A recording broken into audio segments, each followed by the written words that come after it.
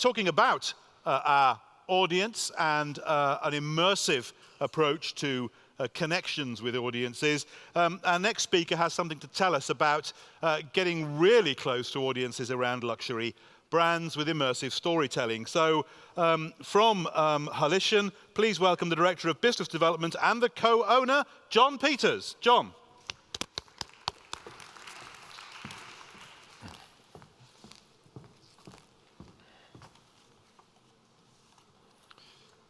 Hello everybody, so my name is John Peeters and I represent two agencies, Holition and Studio Moritz Waldemeier. But in this short presentation I will focus on the first one. I'm a Dutchman and together with my colleagues we have been invited several times to speak on conferences all over the world. Conferences about fashion, about retail, about e-commerce, and today I'm on a media conference. But I'm not going to talk about the media as a channel. I'm going to talk about the content that goes through that channel. I'm going to talk about beautiful content mainly for luxury brands. The reason why I'm talking about luxury brands is because the founders of the agency, they were luxury marketeers.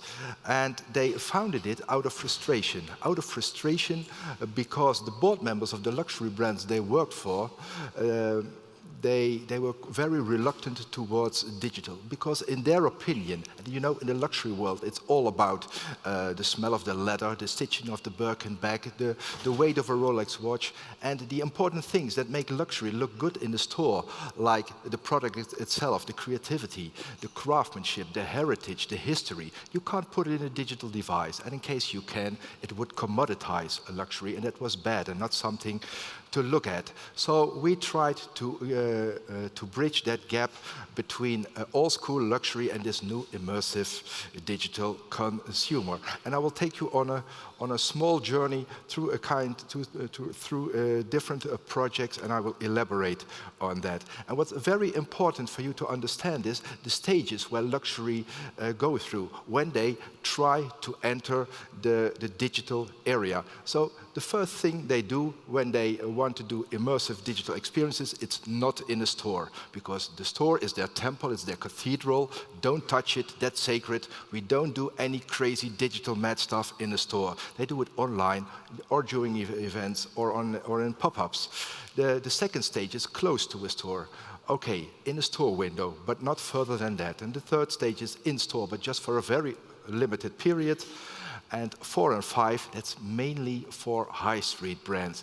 Only Burberry and Jägerle-Coultre, they do something in stage 4. So one of the first projects we did for luxury brands was this one. This was Tissot. And Tissot makes watches, and they sell them to retailers, and retailers sell them to the end consumers. But the end consumers never gave back the data to Tissot. So Tissot came to us, and they wanted to build a database to establish a direct conversation with the end consumer. So what we did for them, what we did for them was, this was part of an advertising campaign. People had to buy a magazine, they could tear out a paper watch, they had to go to the website of Tissot, they had to fill in some data, and then they got immediately access to 32 different watches of Tissot to try them on in real time at home behind their own PC with a webcam. And we transferred that, oops, it's going mad. We transferred that later on to also an in-store application. This is Selfridges at London. People who pass by, they tried on a digital watch in the store window, and then they were triggered to go inside Selfridges to try on the real one. In my second speech later on, I have also some figures about this. Yes, and we didn't only do this for the luxury brands regarding watches, also jewelry. This is one of the brands of De Beers, and we made it possible for the customers of De Beers that they could try on earrings, rings, and pendants at home behind their own PC with a webcam. And this is how it looks like. And this was connected to social media, and we figured out that friends were at the same time online trying on the expensive jewelry of the brand Forever Mark, a De Beers brand. And they were communicating to each other, like, hey, look me with this beautiful ring, or hey, look me with these earrings. So it was a kind of online jewelry Tupperware party.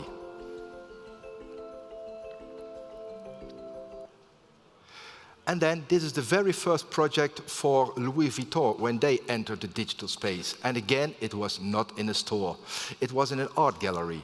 The art gallery was completely empty. There was nothing, only white. And there were some markers on the floor, and there was good Wi-Fi. And they invited a lot of guests, and they asked the guests to download a special app onto their smartphone or tablet. And then the people had to open the app and to point it at the floor, and then they could experience the 15 new bags of the new collection of that season. And this is how it looks like. Very simple. They could turn it around, they could zoom in, they could open the app, the bag, only in a digital way. And this is Papillon. Papillon is, I think, China's most. It's the vlogger with the most followers in China. I think that she has over 40 million followers, and she has been contracted by Jaeger-LeCoultre. Normally, when luxury brands use endorsements, they contract people, celebrities from the entertainment business or sports business, and everything they communicate is very well edited and curated. And this is absolutely the opposite. For those of you who are familiar with Papillon, she's a quite extraordinary, very outrageous. She says whatever she wants, and it's for sure not very well edited or curated at all.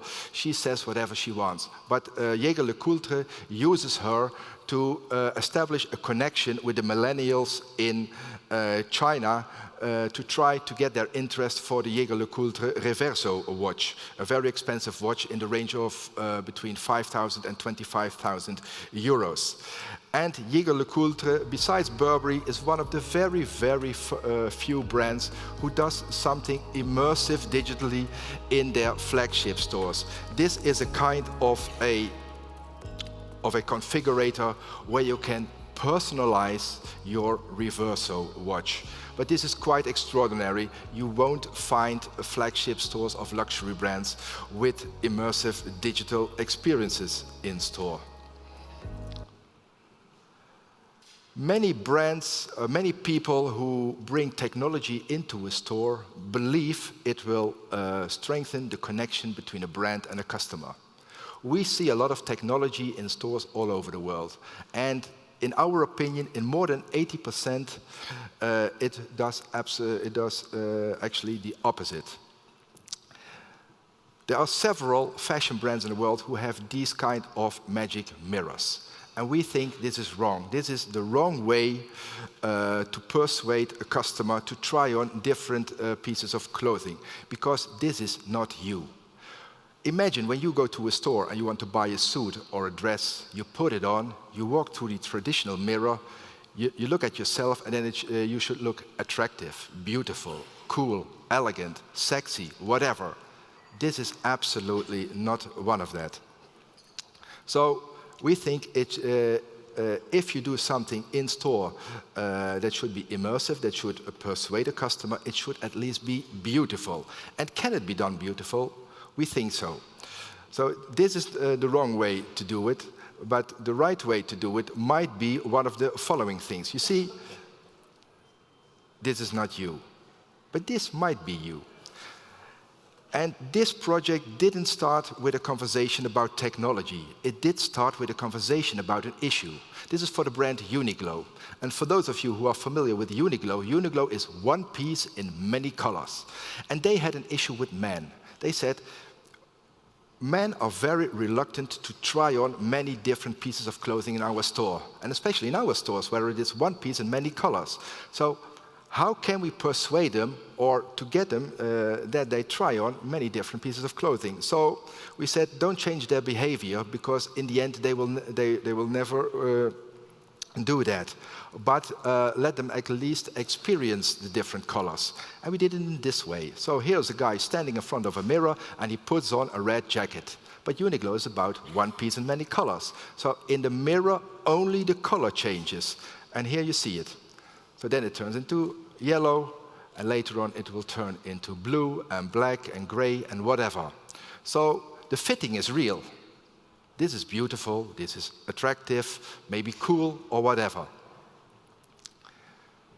And you will hear the word beauty many times during my speech, because it's all about beauty. And something similar for the brand Vans. Vans is similar to Uniqlo. It's one model in many different patterns or colors. So this is a magic mirror in our studio in London. The real one is in a flagship store in Los Angeles. And in this way, you can try on the Vans shoes. So this guy is wearing regular shoes, just like you and me. But when he approaches the mirror, the Vans shoes are projected onto his real shoes. And with a swipe movement, he can try on in a few minutes 140 different patterns and colors of the Vans shoes. Yes, digital needs to be beautiful, and digital enables you to beautify the ordinary. Brands will never ever make the difference with the latest state-of-the-art technology.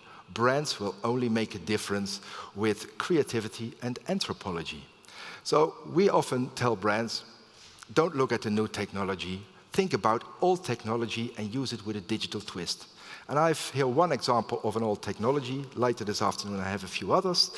This is about a hologram. And you know, a hologram is already more than 150 years old. In the old days, they did it with glass and mirrors. Nowadays, we use projectors and foil. This is a fashion show for Alfred Dunhill in Shanghai. Imagine a large conference room. In the middle of the conference room, there's a stage. On that stage are standing 64 models of Alfred Dunhill wearing the new collection. 500 people sit at that side of the stage, and 500 guests sit at the other side of the stage. Dunhill didn't only want to show the new collection to the audience in China, they also wanted a different way of telling the story around the core values of the brand, which is beauty and Britishness. When you go to the movie and you go to a 3D film, you know what's happening. They hand you over the dark glasses, you sit down, you put on the glasses, the movie starts and you experience everything in 3D. The audience here, no one is wearing dark glasses.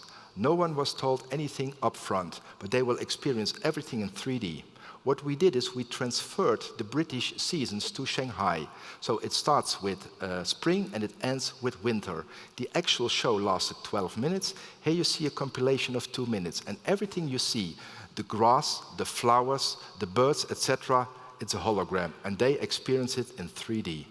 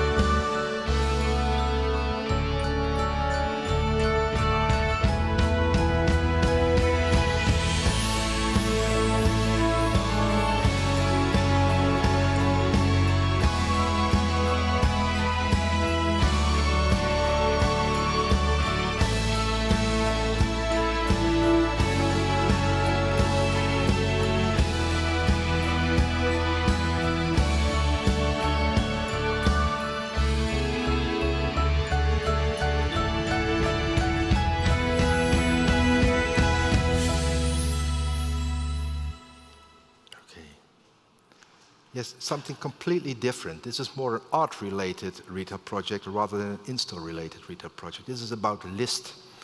And List, you can compare it with Uber and Airbnb. Like Uber owns no cars and Airbnb owns no real estate. List owns no fashion. It's a kind of Google search engine for fashion. It's an in-between between brands and the consumers. And more than a year ago, they had their 5-year anniversary. And they wanted to present to the audience during a dinner party how big and powerful they have become. And they wanted a special kind of presentation.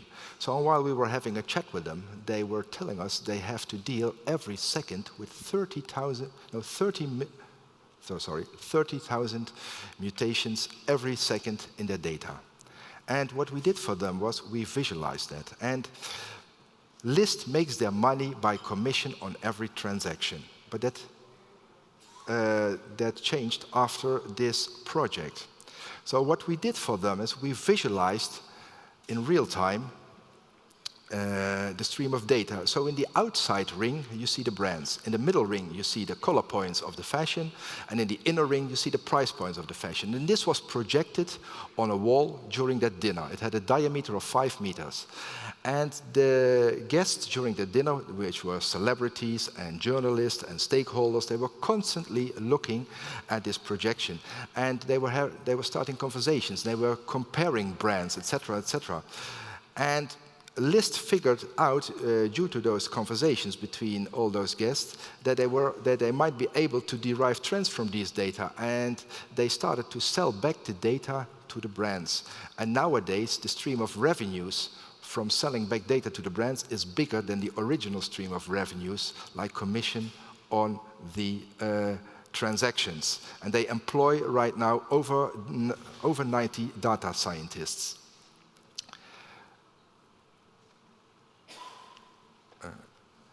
This is a completely different project. This is a wearable project. We do this with a high-end fashion brand from Paris. This is a dress that changes its color according to the pollution in the air. So this brand hands out pieces of clothing to their staff members who work at the headquarters in Paris. Those staff members live their lives in and around Paris. Imagine this woman lives in the suburbs of Paris in a green environment. She puts on the dress in the morning and then the dress is white. When she travels to the headquarters in the city center of Paris, where there's more pollution, the dress turns slowly pink and in the end purple. And when she returns home again, the dress will be back in the original color. And what we did is we put some technology in the button that holds the dress together, or when it was a shirt and the technology was in the cuff of the sleeve, or it was in the buckle of the belt. And that technology measures the data and transmits the data over the smartphone of this person to the server at the headquarters of the brand. And now this brand is able to plot a map of Paris with clean areas and less clean areas. And the reason why a luxury brand is doing this, or at least exploring this, is because they want to give something back to society because of the footprint they leave in the environment. So brands are looking for new extraordinary ways to give something back to society. And later on this afternoon, I also have a project where a dress changes its color according to your brain activity. Yes, this is going to change a lot also in the media world. I'm talking here about digital makeup. So there are digital makeup applications where you can try on lipstick, lip gloss, lip liner, eyeshadow, mascara, blusher, foundation, etc., all in real time on your smartphone. But this is what we call the basics. You can add some features to it, like advertising recognition, etc. But the next phase will be when you combine this with the available data available in e-commerce, in loyalty programs, in social media platforms, etc. Brands are exploring this because of the increasing splintering of the mass media. They are looking for ways to have one-to-one conversations with their customers. And digital makeup is for sure a tool that enables them to do that. And you have to realize digital is only a tool with endless possibilities, but it's often used in the wrong way. In our opinion, the only way to use digital in the right way is to start with the strategy of a brand, with the strategy goals. And while a brand is trying to achieve its goals, it will run into issues. And for those issues, you have to come up with creative solutions. And then, in the end, to use the appropriate technology. Too often, brands call us, I want VR, I want a magic mirror. And we always ask them, why? share your issues with us, and then we might be able to help you, because there's already too much technology out there, which is a solution that's looking for a problem. And later this afternoon, I want to talk to you about this one, about the fourth industrial revolution, because these subjects are the things that really matter for brands in the near future. We entered the fourth industrial revolution, and that's really where brands should talk about. Not about e-commerce, VR, etc. That's already here right now. It works sometimes very good, very properly, but this is what makes a difference in the near future. Thank you very much.